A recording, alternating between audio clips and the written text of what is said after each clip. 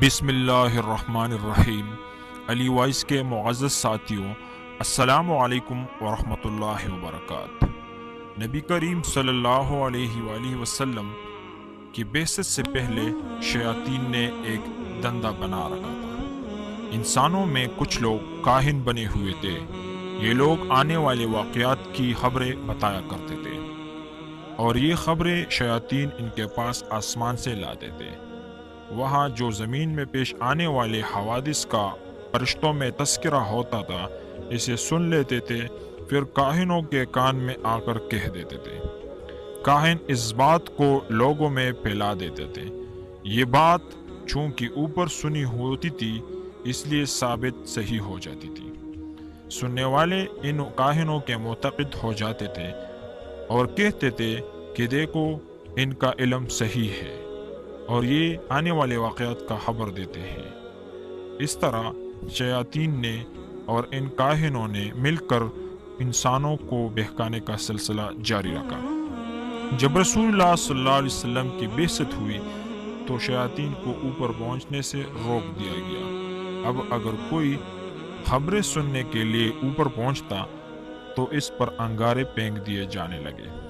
شیاطین جو زمین سے آسمان تک جاتے تھے اور وہاں جو فرشتوں کا مذاکرہ دنیائی امور سے متعلق ہوتا تھا، اسے سن کر نیچے آ جاتے تھے اور کاہنوں کے کان میں ڈال دیتے تھے۔ یہ سلسلہ تو نبی کریم صلی اللہ علیہ وآلہ وسلم کی بعثت پر ختم ہو گیا، لیکن شیاطین نے ایک اور دندہ نکالا، اور وہ یہ کہ ایک دوسرے کے اوپر آسمان تک چڑھتے ہیں اور فرشتوں کی باتیں سنتے ہیں۔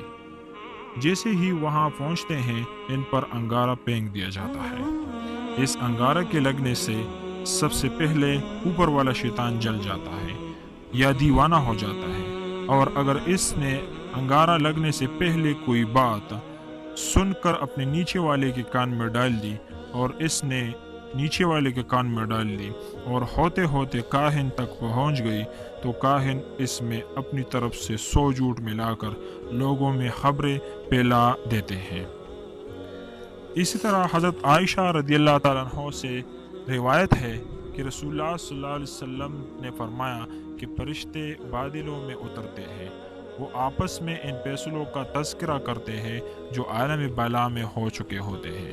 شیاطین کان لگا کر چرانے کی کوشش کرتے ہیں، اس میں سے کوئی چیز اگر سن لیتے ہیں تو اسے فوراً کاہنوں کے کان میں ڈال دیتے ہیں، اور پھر کاہن اپنی طرف سے 100 جھوٹ ملا کر یہ خبریں لوگوں میں پھیلا دیتے ہیں۔ شیاطین ناظرین کرام انسانوں کو قابو کرنے اور انہیں گمراہ کرنے کی ضد میں مصروف ہوتے ہیں، اور ان پر برابر انگارے مار دیے جاتے ہیں۔ یہ جلتے ہیں اور دیوانے ہو جاتے ہیں، لیکن آسمان تک جانا نہیں چھوڑتے۔ اسی طرح ہم انسانوں کو بھی چاہیے کہ شیطان کی پیروی چھوڑ دے اور اللہ اور رسول کے احکامات کے مطابق اپنی زندگی سنوارے۔ چلیے ناظرین، ملتے ہیں ایک نئی خوبصورت ویڈیو کے ساتھ، تب تک کے لیے اپنا زیادہ خیال رکھیے گا۔ اجازت چاہتا ہوں، اللہ حافظ۔